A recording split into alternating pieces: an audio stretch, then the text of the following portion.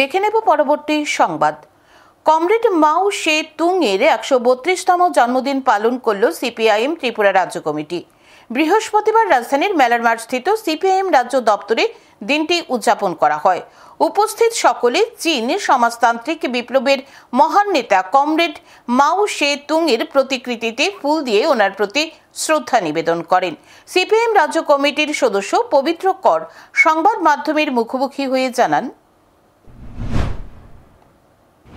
আমরা আমাদের দেশে আমাদের এই জনগণতান্ত্রিক বিপ্লব সম্পন্ন করার জন্য কমিউনিস্ট পার্টি, মার্ক্সবাদী, অন্য যারা বামপন্থী শক্তি তাদেরকে নিয়ে এবং আজকে দেশের মধ্যে সবচেয়ে বড় বিপদ যেটা বিজেপি, তার বিরুদ্ধে লড়াই করার জন্য আমরা কাজ করছি।